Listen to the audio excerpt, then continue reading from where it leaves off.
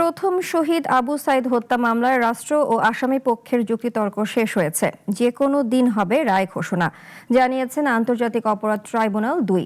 আসামিদের সর্বোচ্চ শাস্তির দাবি প্রসিকিউশনের, তবে বেকসুর খালাসের প্রত্যাশা আসামি পক্ষের আইনজীবীর।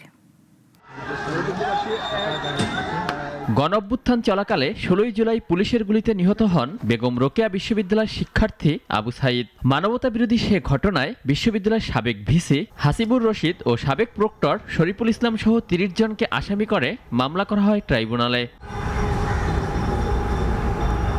গত বছরের ২৭শে আগস্ট প্রসিকিউশনের সূচনা বক্তব্যের মাধ্যমে শুরু হয় এ মামলার আনুষ্ঠানিক বিচার। পটভূমি সাক্ষ্য হিসেবে হাসনাত আবদুল্লাহর জবানবন্দির পাশাপাশি সাক্ষ্য দেন আরও ২৪ জন। সকালে শেষ হয় প্রসিকিউশন ও আসামিপক্ষের যুক্তিতর্ক উপস্থাপন।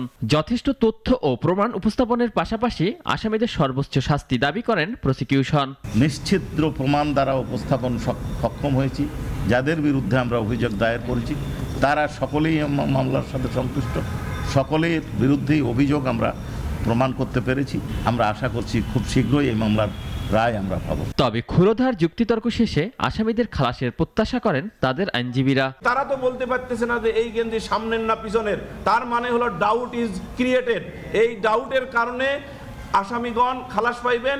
কারণটা হলো যে পৃথিবীতে একটা প্রিন্সিপাল আছে ক্রিমিনাল জুরিসপ্রুডেন্সে, যে একটি সন্দেহের উদ্রেক হইলে ১০০০ আসামি ছাড়া পায়, কিন্তু একজন নিরপরাধ ব্যক্তি যেন শাস্তি না পায়। এ মামলায় ৩০ আসামির মধ্যে পলাতক আছেন ২৪ জন।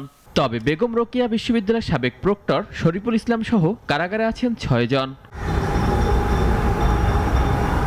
অলিউল রনি, নাগরিক, ঢাকা।